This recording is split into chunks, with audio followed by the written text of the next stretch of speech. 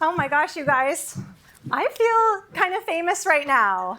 And I actually thought that it was when Clay put me in his presentation. That was actually the peak for me, but this moment comes pretty close.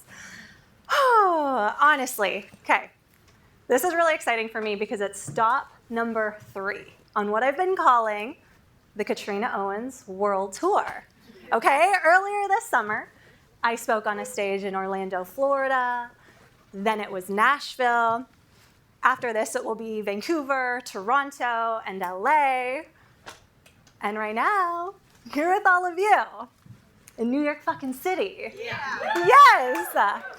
Honestly, okay, I have to tell you guys a really funny story though, because one of my clients gave me the best compliment of all time a couple months ago. I was coaching inside my group program, which is called the Fame Ready Entrepreneur Program. It's for business owners who want to build famous personal brands. And Alyssa, where is she? Alyssa, we didn't plan, she doesn't know this is happening. Alyssa gave me the best compliment of all time, okay? A couple months ago, Alyssa said, Katrina, you're like the Taylor Swift of public relations. And obviously I loved it, okay? I loved it so much, so I did what any good online service provider would do with a compliment like that. I picked out some B-roll, some trending audio, text overlaid that amazing compliment on my Instagram reel. And just as I was about to push publish, I hesitated. And that hesitation opened up the floodgates to intrusive thoughts, okay? I started asking myself things like, is this bragging?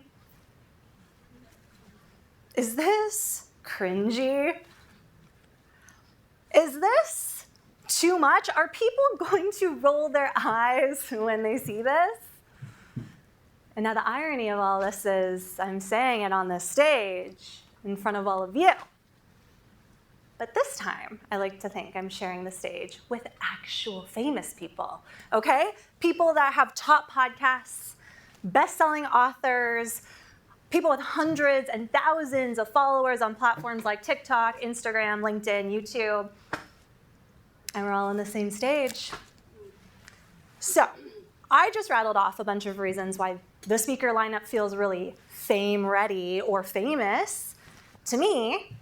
But I want you to know something before we go any further, because I can appreciate that, like the word rich or like talking about our money, the word famous can be a little bit triggering.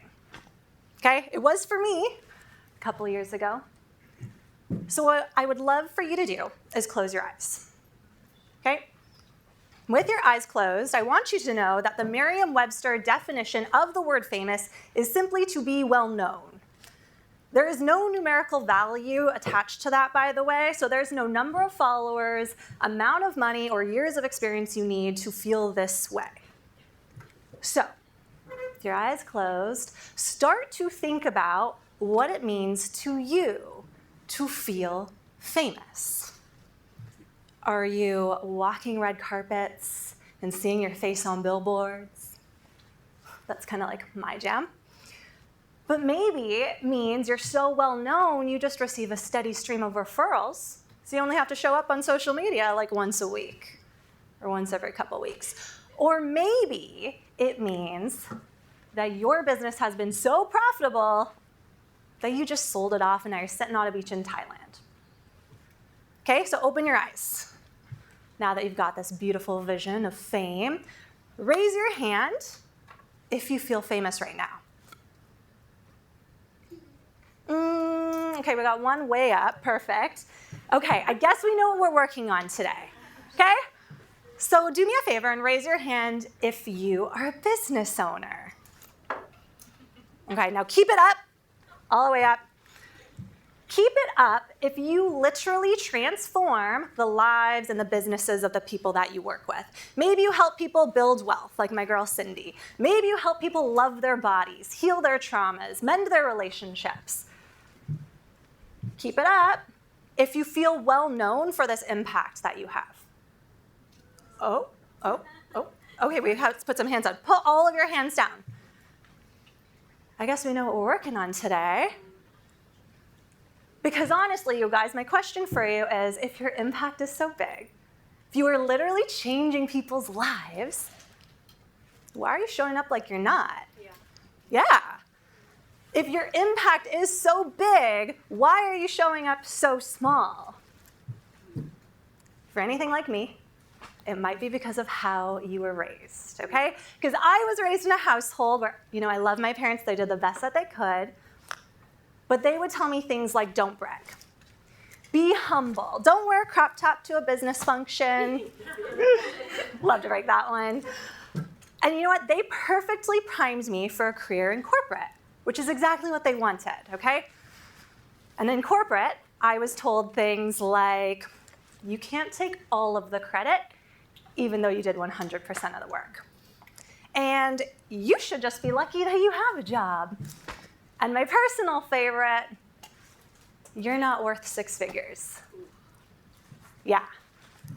That one was actually the turning point for me, okay? It was 10 years into my corporate marketing and public relations career, and I was doing all of the things that they tell the corporate girlies to do when you're climbing to the top of that ladder. I was coming in early, staying late, doing 3 jobs for the salary of 1. So when I finally worked up all the confidence and the courage to ask for that raise, I knew I had earned it. I ran all of my department's financials. I pulled all of my results. So when I got that random meeting invitation in my calendar at 2 p.m. in October, I thought, this is it. My 6-figure salary, she's here. So I confidently walked into my boss's office that day, sat down, and I thought to myself, here it comes. And she looked me dead in the eyes, my boss, can still imagine it, straight to the stand. She said, Katrina, I just don't think you're worth a 6-figure salary. And I knew that that was the moment that I had to choose, okay? I could continue to play by somebody else's rules, or could burn the whole damn ladder down and create my own. So that's what I did. I left that day and I started my marketing and public relations agency called Knockout Directive. But I need you to understand who I was back then, okay, you guys? Because she is unrecognizable from the woman standing in front of you all. This was only like 2 or 3 years ago, mind you. Okay, so back then, I was not someone who dreamed of being an entrepreneur or a business owner. I was not someone with a vision, a mission, a purpose. I didn't have passions. I'm not even sure I had hobbies. My corporate job was my hobby. Okay, I did not speak on stages. I never had. I didn't show up on camera. I had like a private Instagram account for my friends and family, and that was about it. Talking to the camera, Instagram stories, not for me, okay? I remember thinking to myself, wow, this really is it. I would scroll past women that were creating these vision boards on Pinterest, pinning vacations in Italy, and I would think to myself, bitch, where are you going to get the PTO or the salary to spend 3 months on the Amalfi Coast? It's just not realistic.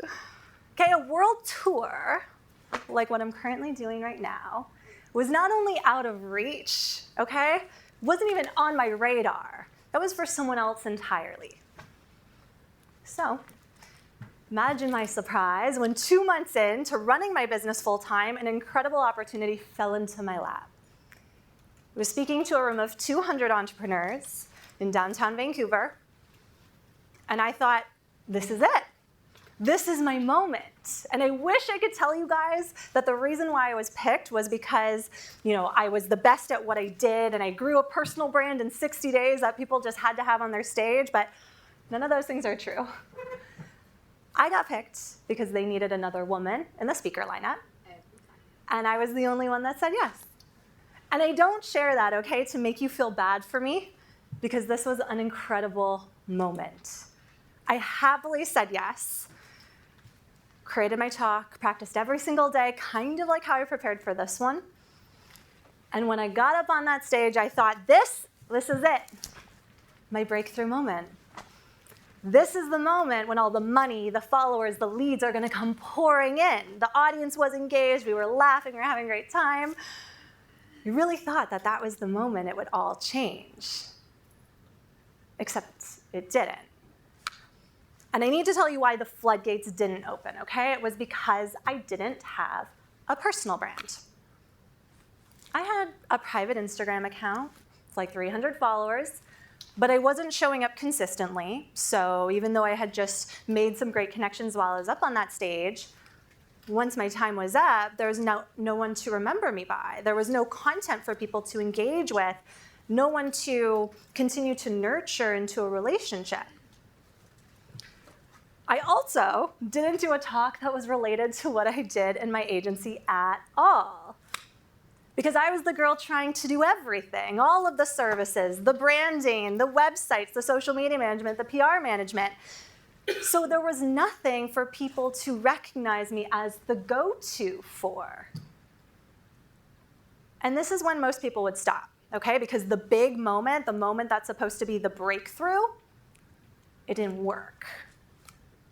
But I'd worked in public relations long enough to know that the small stuff, that's actually where the magic happens.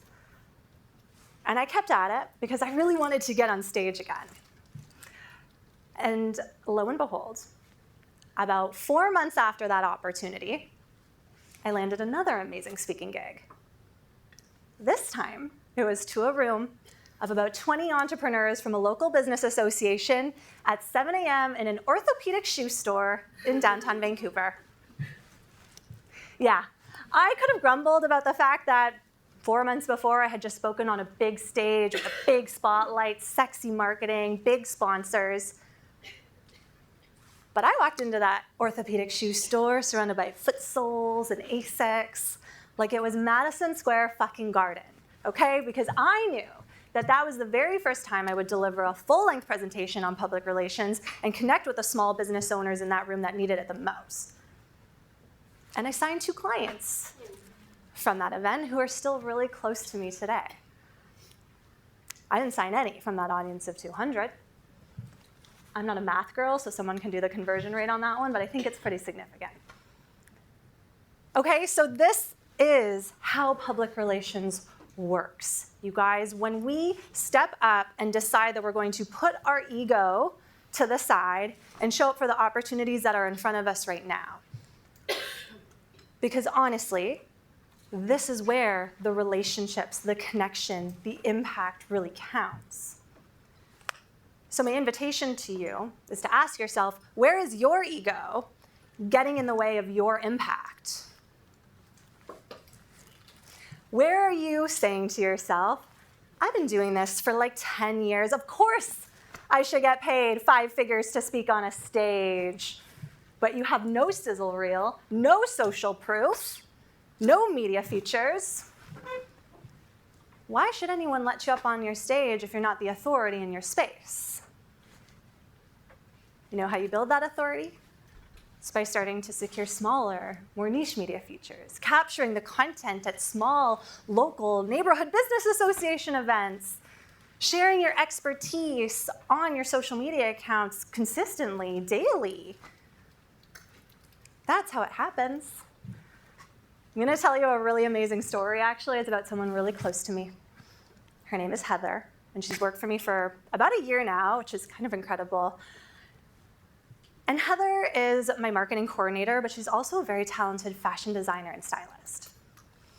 And Heather has edited every podcast episode of mine. She's watched every single speaking gig because she's got to cut up all the reels. She's looked at every free resource, every course. And Heather started to learn how to pitch herself. And she started small. Niche publications, small publications, super accessible. And that built up her confidence to pitch, but it also built up her positioning because she started to position herself as someone going against the mainstream fashion culture who wanted to give smaller designers a bigger name. So through this confidence, she ended up pitching herself to places like Glossy. She's been featured in places like Real Simple and People Fucking Magazine. All with under 1,200 followers, by the way. And not only that, but once she started landing in these bigger publications, she started building up the confidence to run her very own fashion show. She not only handcrafted all 12 looks in that show, by the way, which I think is a feat on its own. She had a full sponsor lineup. It was sold out, and now she's planning her next one. Sounds like a world tour to me. And this is actually the process that is so common among all of my clients that see really amazing results. I know Cindy gave you a subtle flex about her feature and bustle. She did that all on her own.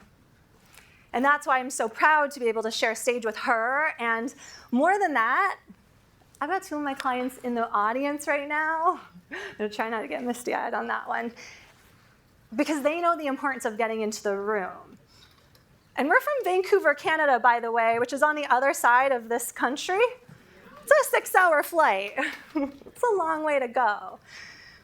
But getting into the room, whether you're on the stage or not, this is where your relationships form.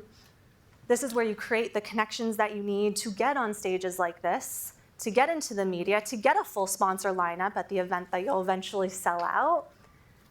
This can be where your world tour really begins.